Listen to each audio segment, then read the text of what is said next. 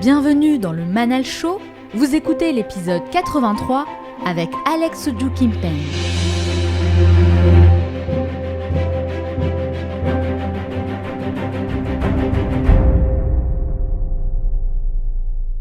Dans une société qui nous incite à être toujours plus productifs, efficaces et performants au travail, lui, il nous propose de nous échapper de cette frénésie pour faire une pause et repenser notre mode de vie. Il nous montre que d'autres modèles sont possibles, plus justes et plus cohérents avec les besoins fondamentaux de l'être humain. Il a passé cette dernière décennie à observer, étudier et analyser les parcours de nombreux auteurs, scientifiques, penseurs et politiciens les plus créatifs de l'histoire, et en a tiré des enseignements surprenants qui viennent casser le mythe selon lequel l'épuisement professionnel est le prix à payer pour réussir. Alors que le travail acharné est devenu une religion nationale, il met en lumière le pouvoir et l'importance du repos en se basant sur des recherches scientifiques, des études sociologiques et des faits historiques. Reconnu comme étant l'un des meilleurs consultants de la Silicon Valley, auteur de livres devenus des best-sellers internationaux dont le très célèbre Rest, il est sollicité par de grandes organisations comme le Shakespeare Globe ou encore Googleplex et il est avec moi aujourd'hui en duplex de Menlo Park en Californie pour répondre à mes questions. Alex Oju Kimpeng, bonjour et merci d'avoir accepté mon invitation. Good morning. It's great to be with you. Thank you so much to be here. I'm so glad to have you on my podcast. Nice to be able to join you. Alors Alex, on vit une situation exceptionnelle en ce moment avec le coronavirus.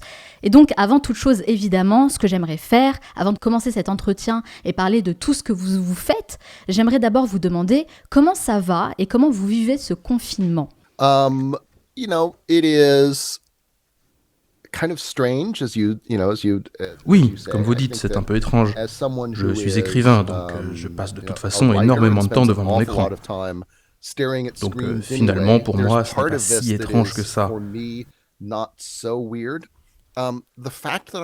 Mais le fait que je vienne tout juste de sortir un livre et que je ne puisse pas voyager pour en parler ou pour faire des lectures, c'est très frustrant pour moi en tant qu'auteur. Mais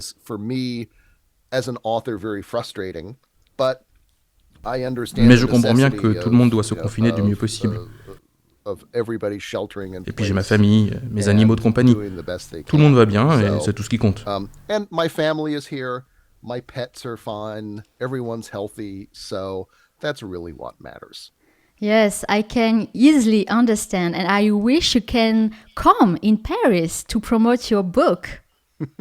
Oh, me too. Well, Moi aussi. Un jour, je ne sais pas si tout ça va s'arrêter complètement, mais au moins les choses vont changer. Et je suis certain que je viendrai à ce moment-là.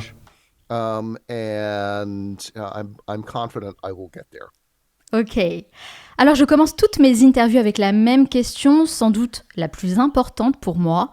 Pourquoi ? Pourquoi vous faites ce que vous faites aujourd'hui ? Eh bien, j'ai travaillé comme prévisionniste en technologie et comme consultant dans la Silicon Valley pendant les 20 dernières années environ. Et vers le milieu de ma carrière, comme beaucoup d'autres, j'ai commencé à rentrer en burn-out. Je parvenais encore à travailler, mais j'avais toujours l'impression d'avoir un demi-projet de retard. Je me couchais trop tard et ça avait des répercussions sur moi et sur ma famille.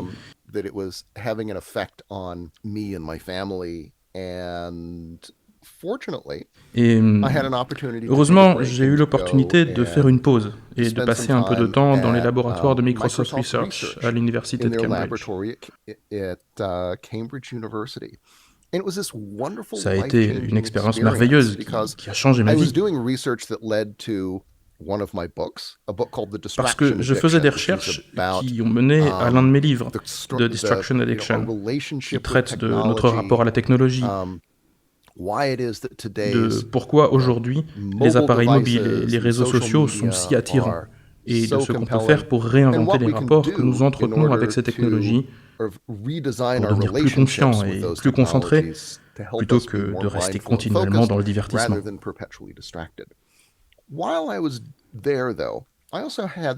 Mais pendant mon séjour à Cambridge, Je me suis également rendu compte que je lisais tout un tas de choses géniales, que j'écrivais beaucoup, que j'abattais énormément de travail,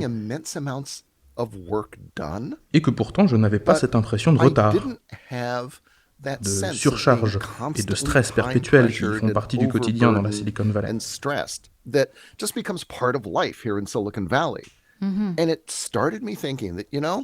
Et ça m'a fait penser que peut-être les préjugés qui nous portent à croire que le succès repose sur la surenchère de travail, que le burn-out fait partie des risques professionnels et que les heures sup sont non seulement nécessaires, mais qu'on doit même s'en vanter et les voir comme une fin en elle-même,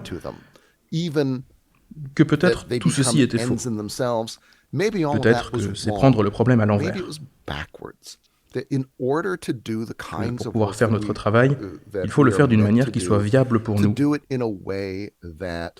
afin de pouvoir rester passionné par notre travail et de vraiment l'aimer.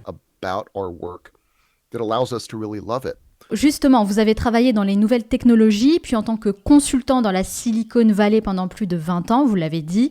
La Silicon Valley, ça représente un peu le rêve américain pour beaucoup de personnes, en fait, à travers le monde, une sorte d'Eldorado. Mais vous, Alex, quelle réalité avez-vous trouvé en arrivant là-bas ? Quel est l'envers du décor ?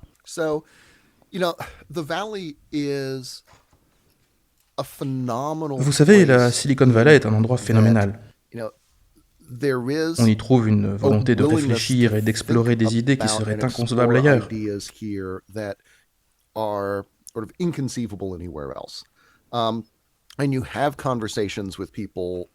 m'est arrivé d'y parler avec des gens de sujets comme de l'approvisionnement du monde en eau et en énergie propre dans les 10 années qui viennent. Et les gens prennent vraiment ce genre d'idées au sérieux. D'un autre côté, c'est aussi un endroit où, plus qu'ailleurs, le romantisme du surmenage fait partie intégrante de l'environnement.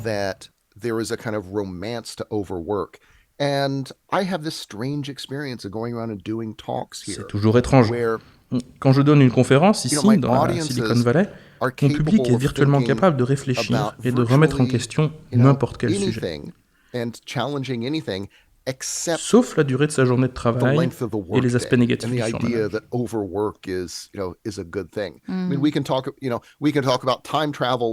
Avec ces gens-là, on peut parler de voyages temporels, de la colonisation de Mars ou de l'exploitation minière des astéroïdes, comme si de rien n'était. Et les gens prennent ça au sérieux. Mais si on suggère de ne travailler que 4 jours par semaine, d'un coup on est vu comme un genre de sorcier du Moyen-Âge qui propose de revenir à l'alchimie et au saignée. They are like, it's a joke or what?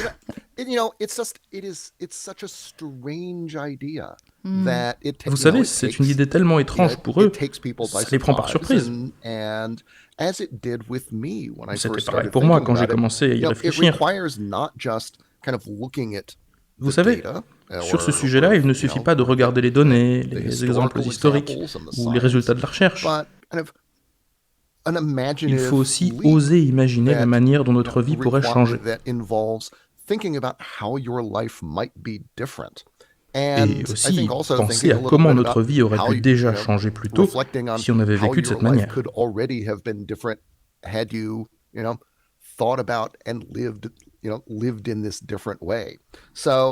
Donc la Silicon Valley est un endroit intéressant pour travailler l'importance du repos et la semaine de 4 jours. Alors vous avez une belle carrière, Alex, dans un environnement qui n'a pas toujours été facile, un environnement très compétitif. Et j'aimerais savoir pourquoi vous avez décidé de vous lancer dans l'entrepreneuriat. Je pense qu'aujourd'hui, si on veut être auteur, il faut aussi être un entrepreneur. On ne vit plus dans un monde où on peut se contenter d'écrire, de jouer avec ses idées et de les laisser courir le monde en s'imaginant qu'elles trouveront leur public, ou que des éditeurs vont s'en occuper à votre place.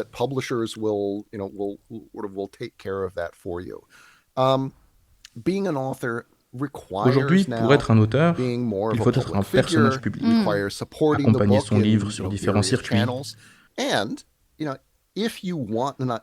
Et puis, je crois qu'en tant qu'auteur, écrire un livre, ce n'est pas l'aboutissement d'un processus.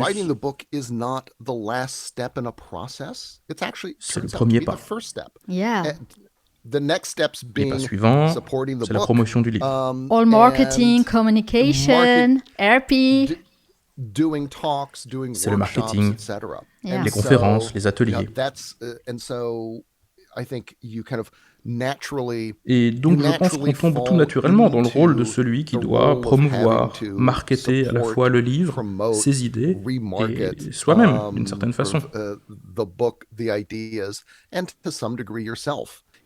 Donc, même si je vis dans un endroit où le statut d'entrepreneur est très valorisé, ce n'est pas quelque chose que je recherchais personnellement. Mais en tant qu'auteur, c'est quelque chose qu'il faut faire si on veut trouver un public pour ses idées et avoir du succès.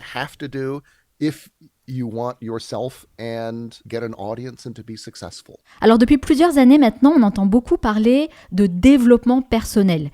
Et on voit une explosion de coachs, de livres et même de podcasts sur le développement personnel. Et j'aimerais beaucoup avoir votre avis là-dessus. Quelle est votre propre définition du développement personnel et que pensez-vous de cet engouement? C'est une bonne question. Je crois que souvent, pour moi, le développement personnel dépasse le fait d'apprendre simplement de nouvelles compétences. C'est plutôt la capacité de mieux utiliser ou de réinventer des choses qu'on sait déjà faire. Comme je le disais, la manière dont j'affronte le mieux les défis, c'est de les redéfinir d'une manière plus familière. Maintenant, à la question de savoir pourquoi c'est devenu une telle mode, je pense que l'explication positive, c'est qu'on vit dans un monde qui, quand les choses se passent bien, nous permet de réinventer les choses, qui nous offre des opportunités économiques qu'on peut déverrouiller en ayant une mentalité centrée sur l'apprentissage de nouvelles compétences et sur le développement personnel. New skills or new skills in new ways. Mm-hmm. The downside version Le of revers that, de la of course, is médaille, that, we c'est live in a qu'on vit également dans une époque moins stable que les générations précédentes et qu'on est donc un peu forcé de faire tout ça. Donc, que ce soit parce qu'on entrevoit un avenir positif ou parce qu'on sent qu'on n'a pas d'autre choix, le développement personnel est quelque chose qu'on doit tous apprendre à pratiquer. Julia de Funès, qui est une auteure et philosophe française, dit que le développement personnel, c'est devenu la nouvelle religion du capitalisme. Est-ce que vous êtes d'accord avec cette définition? C'est plutôt une bonne définition, oui, je crois. D'une certaine manière, je crois que le développement personnel relève en partie de l'énergie et du désir de créer un monde meilleur, et que les générations précédentes auraient exprimé cette énergie à travers la religion. Il possède aussi quelque chose d'inévitable et de global, au sens où le développement personnel est devenu un sujet évident et incontestable. Ça ressemble à ce que le dogme religieux peut devenir dans sa pire acception. Donc j'aime bien cette définition.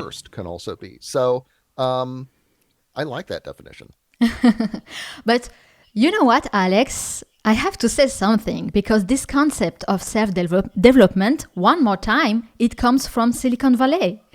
Yes. So, and I think that for me, I think that the best thing that can be said about it et je crois que le mieux qu'on puisse dire du développement personnel, c'est qu'il souligne les opportunités d'amélioration des gens.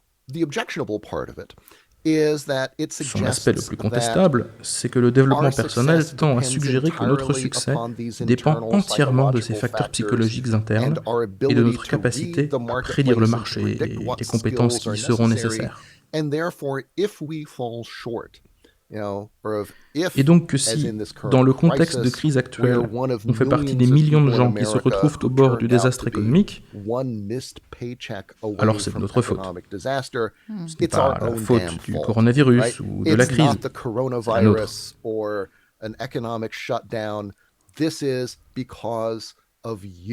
We have to take the responsibility of that. Je pense que la responsabilité, c'est bien. Mais aux États-Unis, en tout cas, il faut faire attention aux forces structurelles, à la culture, aux problèmes d'organisation qui peuvent faire empirer nos vies, les déstabiliser, les rendre moins viables. Et l'un des arguments principaux de mon dernier livre, c'est précisément que l'équilibre travail-vie, le stress et le burn-out sont des questions qui nécessitent des formes collectives d'organisation et d'action. Il faut y penser non seulement comme des problèmes individuels à résoudre nous-mêmes, mais aussi comme des problèmes systémiques qu'on peut également résoudre ensemble de manière très efficace. Yeah, and we will talk about it because it's so important, very, very interesting.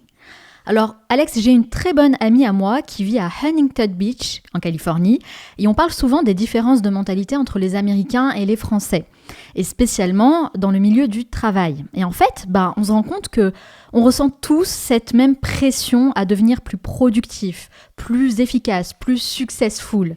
Vous, Alex, vous êtes passionné par le fait d'aider les gens à trouver un juste équilibre entre la vie pro et la vie perso. C'est un sujet très important. Alors pourquoi avez-vous décidé d'étudier cette thématique du repos ? Quel a été vraiment l'élément déclencheur pour vous ? Because I saw the value of it in my own life. Eh bien, parce que j'ai vu l'importance du repos dans ma propre vie. Quand j'étais en congé sabbatique, j'ai constaté pour la première fois qu'un repos bien pratiqué pouvait se révéler être à la fois une source de renouveau, mais aussi une source de créativité très importante.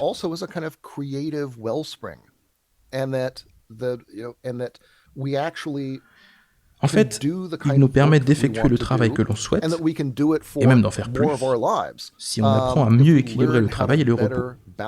Et surtout, se reposer d'une manière qui nous aide à être plus créatifs. Et je crois que l'histoire nous a prouvé que les gens les plus ambitieux et les plus accomplis, avec une vision propre de comment ils devaient travailler et de comment équilibrer leur travail et leur repos. Et que cette vision était à la fois très différente de la nôtre, mais aussi bien plus efficace, plus viable et aussi plus humaine. C'est ça le message que je veux transmettre au monde.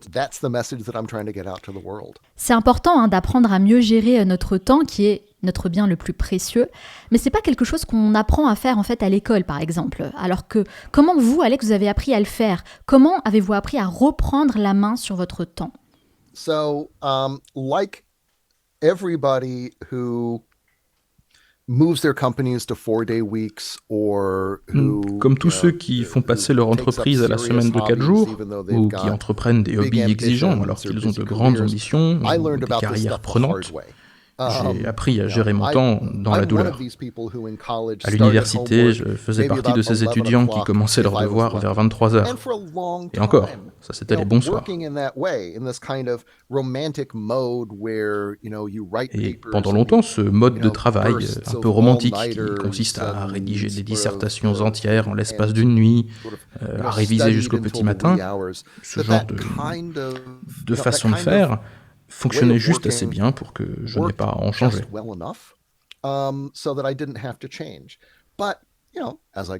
Mais en vieillissant, quand j'ai commencé à avoir une famille et que j'essayais de travailler comme consultant tout en écrivant aussi pour moi, c'est devenu de moins en moins vivable. Et tous ceux que j'interviewe pour mon nouveau livre ont ce genre d'histoire. Ils avaient une carrière qui les faisait travailler 18 heures par jour dans leur restaurant, ou pendant des mois et des mois à bûcher sur des projets sans jamais faire de pause. Et un jour, ces gens finissent par arriver à un point de non-retour. Mais ils se rendent aussi compte que, vous savez, ce n'est pas la peine de travailler comme ça. Quand on connaît assez bien son activité, on peut y trouver suffisamment de sources d'inefficacité pour pouvoir changer les choses. Et la bonne nouvelle pour tout le monde, c'est que si vous êtes dans cet état de surmenage constant, si vous vous sentez en burn-out, alors c'est que vous êtes exactement sur la bonne voie. Yeah, very good news. And you know what, Alex? I was like you. I was a real workaholic.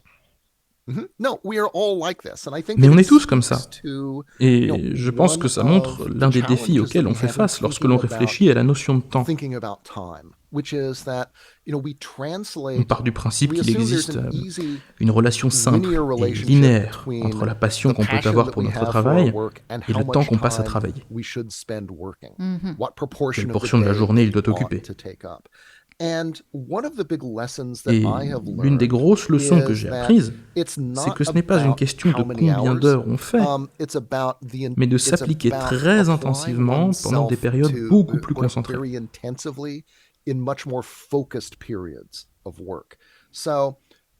Les gens que j'ai étudiés pour mon livre, Rest, sont des gens qui ont des périodes de la journée où ils se concentrent très très fort, pour 4 ou 5 heures par jour.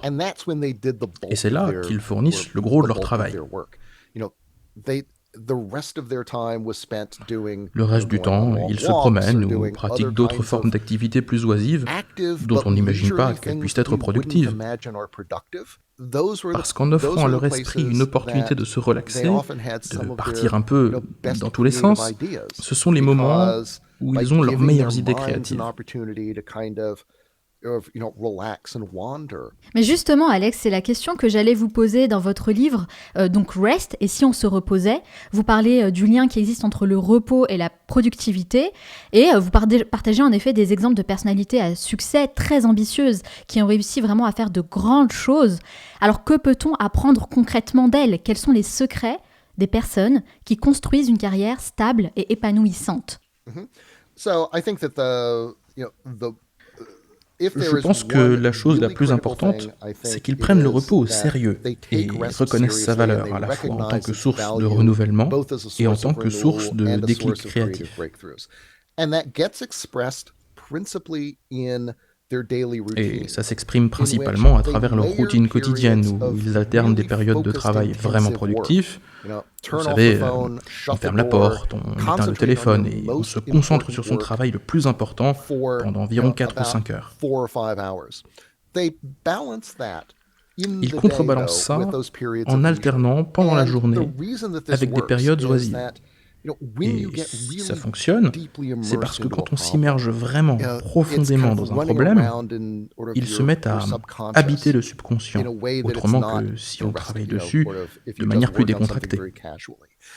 Et si ensuite on va courir un peu, faire autre chose, ces idées continuent de macérer dans le cerveau, même si la conscience et l'attention se sont déplacées sur un autre objet.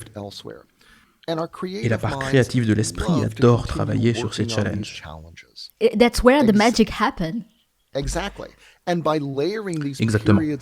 Et en alternant ces périodes de travail et de repos, vous donnez à votre esprit conscient le temps de travailler sur des choses vraiment importantes. Mais vous donnez aussi à votre esprit créatif le temps de travailler sur des problèmes que votre moi conscient n'arrive pas à résoudre par l'énergie, l'effort et l'attention. Et ça ne fait pas qu'augmenter la probabilité d'avoir de bonnes idées. Ça n'aide pas qu'à résoudre les petits et les gros problèmes. Ça permet aussi d'avoir une carrière plus viable, où vous ne vous anéantissez pas en travaillant au livre ou au projet que vous voulez terminer. Au lieu de ça, vous faites le travail que vous aimez vraiment, non pas en vous sacrifiant, mais de manière viable. Voilà, c'est ça le secret. Oh my God, the big secret, so important. Alors ce qu'on peut clairement constater, c'est que ces personnes-là organisent leur vie autour de leur travail, mais elles ne passent pas toute leur journée à travailler. Et elle est là en fait la nuance. Souvent on pense qu'on va se reposer après avoir fini tout ce qu'on a à faire, mais vous dites non, c'est une grave erreur. Le repos, c'est quelque chose qu'on devrait tous planifier. Et je trouve que ça vraiment c'est très intéressant. Alors dites-moi Alex, à quoi ressemble votre programme aujourd'hui ? Ma journée, elle se concentre principalement sur le matin. I know. Quand j'écris, je me réveille vers 5 heures du matin et j'écris 2 heures. Je sors mes chiens, je rentre et je réécris 2 heures de plus. Ensuite, je prends 1 heure ou 2 et je m'occupe de choses pour mon entreprise, pour mes clients, etc. Mais c'est tout. Après, j'ai fini. Et je dois dire, je ne suis pas du tout du matin. C'est beaucoup plus facile pour moi de veiller tard que de me lever tôt. But well, you wake up at 5 a.m. Oui, et si je le fais, c'est déjà parce que si je fais l'effort de me lever si tôt, je ne risque pas de me distraire ensuite sur Facebook ou sur Twitter ou je ne sais quoi d'autre. Si je fais ce sacrifice, que je me lève alors qu'il fait froid et sombre, eh bien, c'est pour me mettre vraiment au travail. Je sais que ça va me pousser à être productif.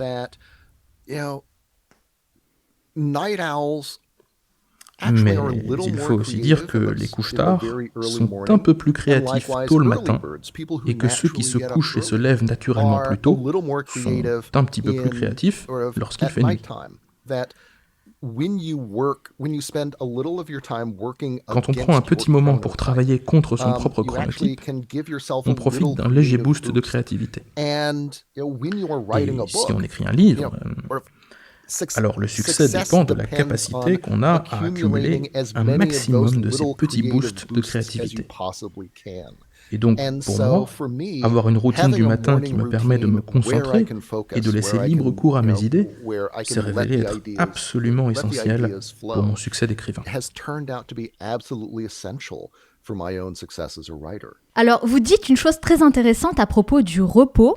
Vous dites que le repos doit être actif et intentionnel. Donc, si j'ai bien compris, se vautrer sur le canapé devant Netflix, c'est pas du tout la meilleure manière pour recharger ses batteries. C'est bien ça. Vous savez, ce n'est pas horrible non plus. Ok.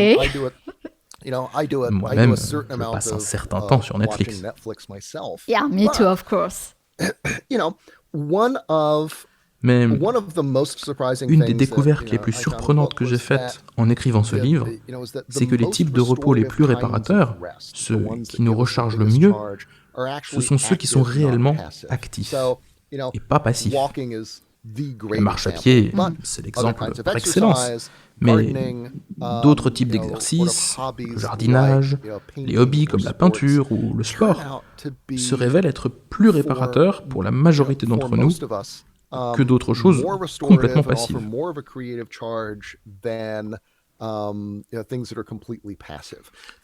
Pour les gens très occupés, qui regorgent d'énergie et ont toujours l'impression de devoir être en train de faire quelque chose, le repos actif est aussi une meilleure manière d'employer leur énergie et aura plus de probabilité d'occuper leur esprit et de leur permettre de s'accrocher.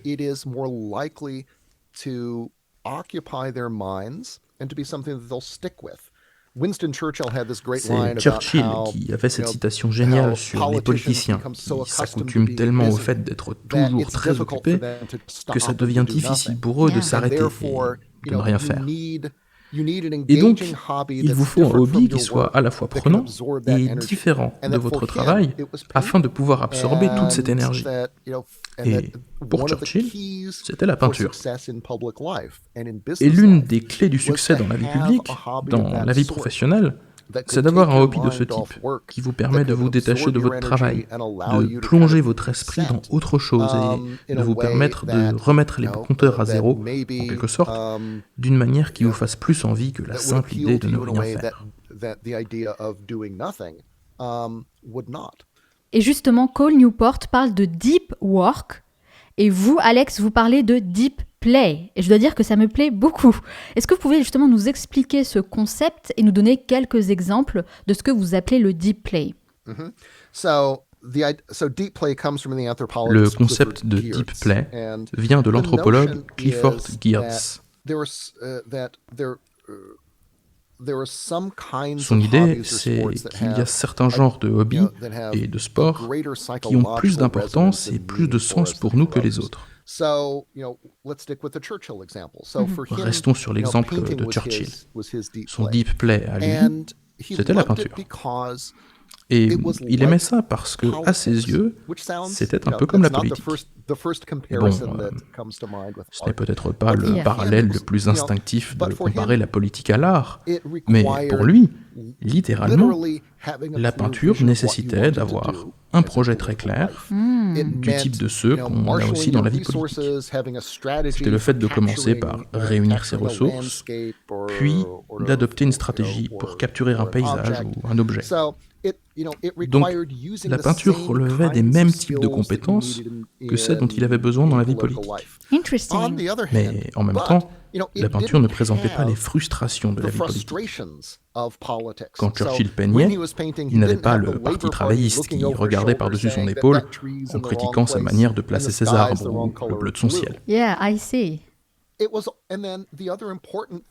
Et l'autre chose importante sur le deep play, c'est qu'il apporte ses bienfaits sur un temps très court.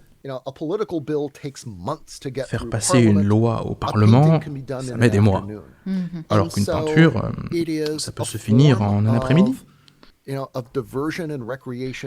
Donc c'est une forme de divertissement, de récréation, de renouvellement qui est séduisante, précisément parce qu'elle offre les bienfaits d'un travail qui se passe vraiment, vraiment très bien, mais sans les frustrations qui vont avec, et dans un temps très court.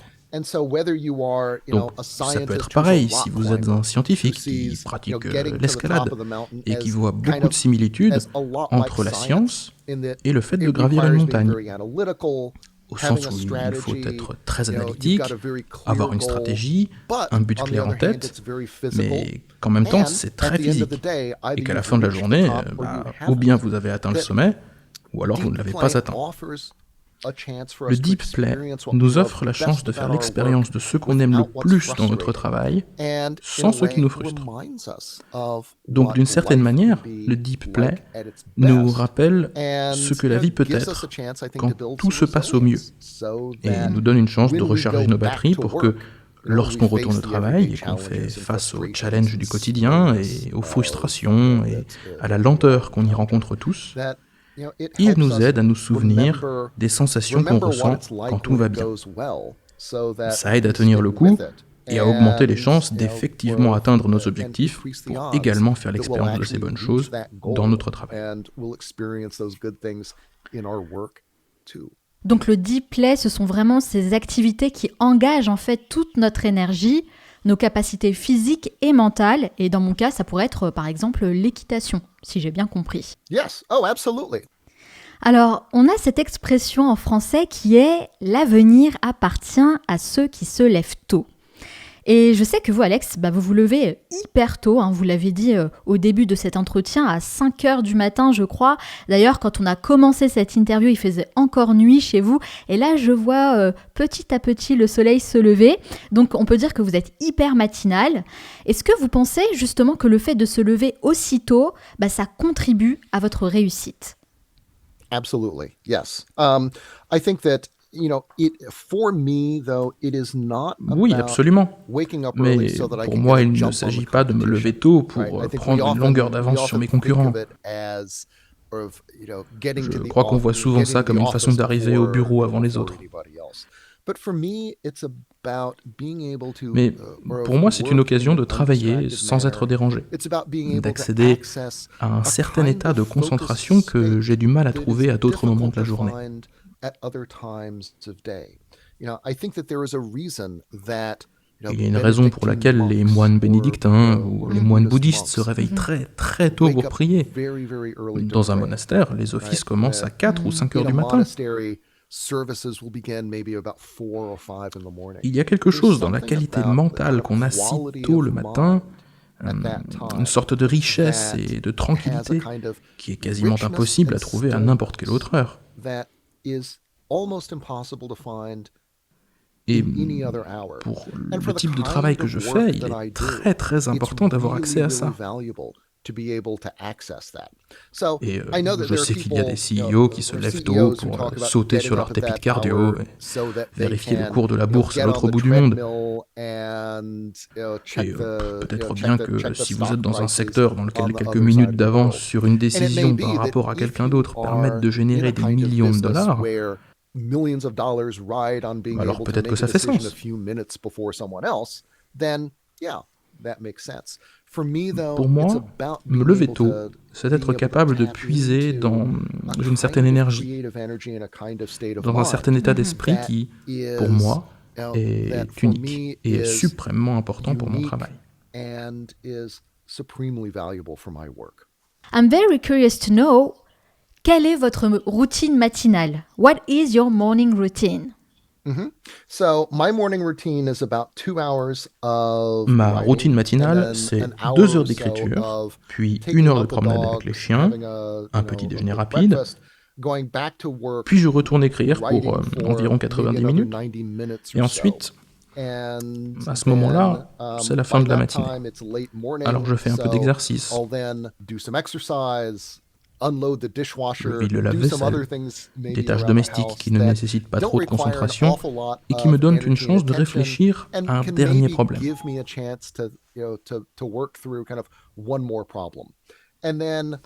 L'après-midi, je me concentre sur les emails, mon entreprise, mes clients. Et puis ensuite, en début d'après-midi, la journée est finie. Oh wow, that's amazing. Et ensuite, je peux continuer à lire, faire des choses de manière plus décontractée. Mais si on se lève à 5 heures, alors vers 13 ou 14 heures, surtout si on a bien écrit le matin, on a déjà l'impression d'avoir abattu une bonne journée de travail. Donc ça, idéalement, c'est ce à quoi ressemble ma routine matinale. That at its ideal is what my morning routine looks like. Donc, si j'ai bien compris, vous écrivez toujours le matin. C'est vraiment le moment que vous choisissez pour vous poser à votre bureau et écrire. This is your creativity moment. Exactly. And, I think for me, it goes more smoothly. Pour moi, c'est plus facile si j'ai un gros projet sur lequel je travaille. C'est plus facile de faire ça sur la durée, de justifier le sacrifice si j'ai un livre en cours, accompagné par la deadline qui va avec. C'est plus difficile de maintenir cette routine si je travaille juste pour moi ou sur quelque chose de petit, ou même sur une proposition. Mais quand on a un gros projet qui nous tient à cœur, pour moi comme pour d'autres, ça rend le sacrifice et la discipline personnelle, le fait de se lever et de s'y mettre, plus facile. To have the self-discipline and, to actually get out of bed and get to work. Se lever, avoir de l'autodiscipline et vraiment tenir cette habitude de se lever tous les jours à la même heure pour essayer d'être le plus créatif possible. Ok, ce sont vraiment de bons conseils qu'on va essayer en tout cas d'appliquer. Alors ces dernières années, on voit de plus en plus de livres sur la thématique du repos. C'est visiblement un sujet qui fait vendre, hein. Mais en France, on a un peu de mal justement à parler d'argent et de business ouvertement. Vous, Alex, est-ce que vous assumez ce côté-là? Est-ce que vous êtes à l'aise avec l'aspect business de ce que vous faites aujourd'hui? I am becoming more comfortable. Je m'y fais progressivement. Avant, j'étais un universitaire. Donc, en tant qu'intellectuel, j'avais un genre de mépris désinvolte pour tout ce qui était de l'ordre de l'argent, du marché. Alors qu'en réalité, bien sûr, dans ce milieu également, on a des mécanismes très bien construits pour obtenir un certain statut et pour extraire de la valeur à partir de nos publications. On recherche aussi des promotions, un statut social, etc. Je crois que si je devais donner un conseil à de jeunes auteurs, je leur dirais de faire attention à l'aspect business du monde de l'édition et de l'activité d'auteur. Il faut s'y investir tôt et le prendre au sérieux. Et pas seulement parce que c'est important pour promouvoir ses propres idées. Ces idées et ces arguments, on risque d'y passer des années, voire d'organiser toute notre journée autour de ces idées, en faisant des choses folles, comme par exemple se lever à 5 heures du matin. Une fois qu'elles sont publiées, on ne veut pas juste qu'elles prennent la poussière sur une étagère, on veut les faire circuler, qu'elles soient débattues, que d'autres les réemploient pour construire d'autres idées. Et je crois que cela requiert un engagement continu. Et aujourd'hui, est-ce que vous gagnez mieux votre vie en écrivant des livres et en faisant du consulting que lorsque vous étiez dans la tech, dans la Silicon Valley? No, but I'm hopeful. So, these things Non, take time. mais j'ai bon Yeah. espoir que ça finira par arriver. Vous savez, ces choses-là prennent du temps. Et en tout cas, ma vie actuelle est bien meilleure et plus intéressante qu'avant. Et c'est une vie que je vais pouvoir continuer à améliorer et à développer de manière plus viable et mieux construite que j'aurais pu le faire avec mon ancienne vie. And built on in a way that my old career could not be. So, Est-ce que vous vous sentez plus épanoui aujourd'hui? I certainly feel like C'est sûr que j'ai l'impression que mon travail est meilleur et qu'il a plus de sens. Donc oui, je suppose que je me sens plus accompli. Mais j'ai une relation compliquée avec les questions sur l'accomplissement et le succès. Why? Aux États-Unis, on parle souvent de la réussite des gens. On dit qu'ils sont une réussite. Et je pense que c'est un abus de langage. Je pense qu'on réussit certaines choses particulières, mais l'idée d'un être humain qui serait une réussite en lui-même Yeah. est un genre de piège doré. Vous savez, je me rends compte dans ma propre vie. Globalement, tous mes pairs sont ou bien des professeurs, ou bien des professionnels de la tech. Donc, tout mon cercle social est composé de professeurs titulaires et de gens riches. Et vous savez, moi je ne suis ni l'un ni l'autre. Donc d'après ces standards-là, je ne suis pas une réussite comme eux. D'un autre côté, je ne peux pas tout à fait me qualifier de raté non plus. Et donc ça me mène à penser qu'il vaut mieux penser aux choses particulières qu'on a réussies que de se poser la question en termes de vie réussie.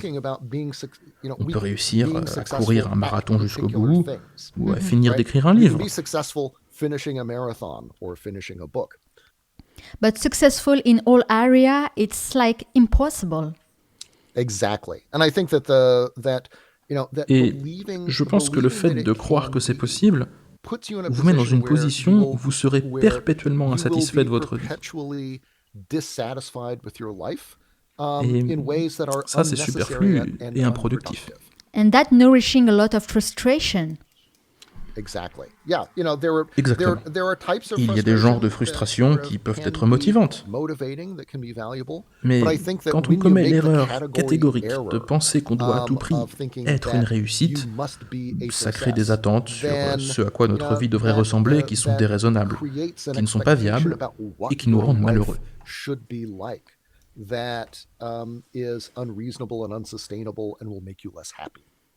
En tout cas, vous avez l'air satisfait de ce que vous faites aujourd'hui, et je pense que ça n'a pas de prix. Oui, l'une des choses dont je me suis rendu compte, c'est que l'argent est moins important qu'on le croit. Ce qui ne veut pas dire pour autant que ce n'est pas grave de ne pas avoir d'argent. Mais je crois que, surtout ces dernières années, on a reçu des leçons très dures en ce qui concerne la volatilité et la croissance du succès économique.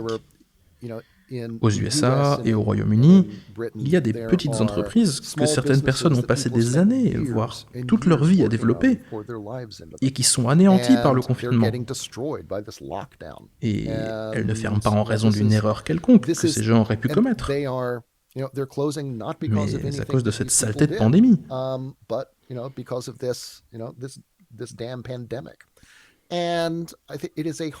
Et ça nous rappelle très violemment que le fait de courir après ce genre de succès doit toujours s'accompagner de la conscience de sa fragilité. Et que, dans la vie, il est important de faire de la place dans son emploi du temps pour cultiver les choses qu'aucune pandémie, qu'aucun revers économique ne pourra vous dérober. Pour cultiver ces choses plus personnelles, plus spirituelles. C'est l'une des choses les plus importantes qu'on peut faire si on décide de prendre le repos au sérieux. Si on travaille de cette manière, alors on a plus de temps pour cultiver ça. Yes. C'est encore la meilleure manière de rendre notre vie plus viable.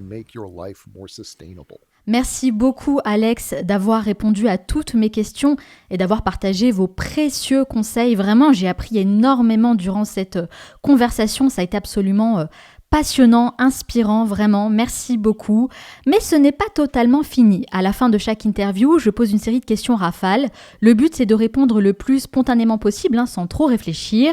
Ça dure 1 minute 30. Est-ce que vous êtes prêts ? I am ready. C'est parti. Quelle est la première chose que vous faites en vous levant le matin ? J'enfile les vêtements que j'ai préparés la veille. Je me crée une routine qui me permet de réfléchir le moins possible le matin. Quel est le dernier livre que vous avez lu ? C'est Deep Survival de Laurence González. Ça parle de la manière dont les gens survivent pendant les désastres. Ça me semble très à propos en ce moment. Yeah, actually yes. Quelle est la mauvaise habitude dont vous aimeriez vous débarrasser ? La mauvaise habitude que je dois arrêter immédiatement ? Les glucides. Quel animal vous représente le mieux ? Je serais sans aucun doute un Labrador Retriever. Your dog, actually. Exactement. Ok. C'est mon chien. Easy. Quelle est votre plus grande peur ? Je crois que c'est d'être rejeté par les autres. Qu'est-ce que vous regardez en ce moment sur Netflix ? Je viens de finir Better Call Saul, la suite de Breaking Bad. Quel est votre plaisir coupable ? J'ai une faiblesse pour les films d'action coréens. C'est un genre complètement ridicule, mais je ne m'en lasse pas. Si vous pouviez donner un conseil au jeune Alex de 17 ans, ce serait lequel ?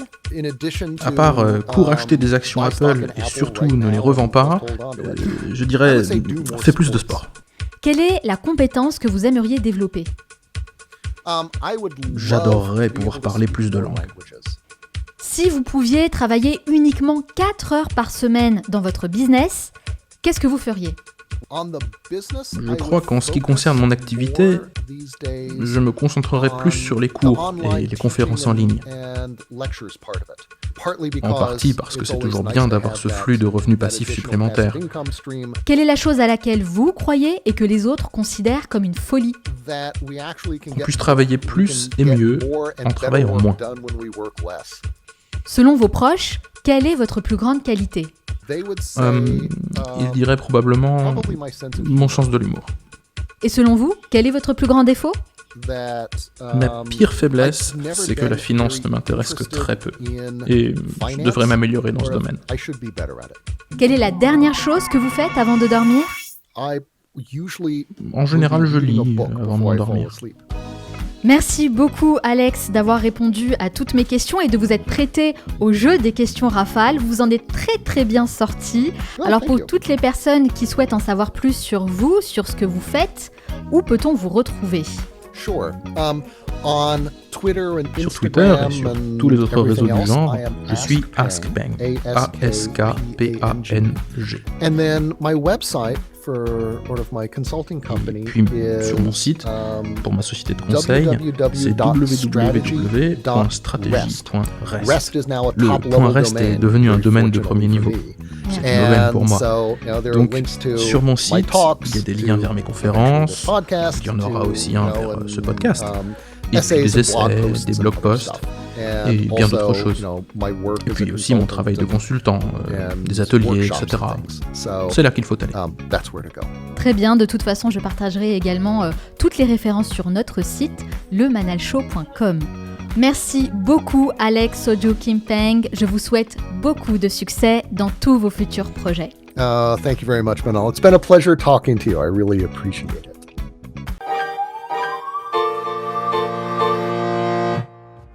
J'espère que cet épisode vous a plu. Si vous souhaitez aller encore plus loin, rejoignez dès maintenant le club privé pour recevoir des contenus inédits que je réalise chaque semaine pour les membres de ce groupe. Et pour ça, une seule chose à faire, vous abonner sur le site lemanalshow.com. En vous inscrivant, vous recevrez mes emails privés dans lesquels je partage mes expériences personnelles, les coulisses du podcast, les masterclass pour approfondir vos connaissances dans différents domaines ou encore tous les événements privés destinés aux membres du club. je partage tout ce que j'ai appris ces dernières années en dehors du système scolaire et que j'aurais aimé connaître à mes débuts, aussi bien sur le plan personnel que professionnel. Autrement dit, les meilleures leçons, outils et stratégies que je mets en place pour atteindre tous mes objectifs. Donc si ce n'est pas déjà fait, vous pouvez toujours rejoindre notre cercle privé en me laissant votre meilleure adresse mail sur le site lemanalshow.com. Nous, on se retrouve très bientôt pour un nouvel épisode. Ciao!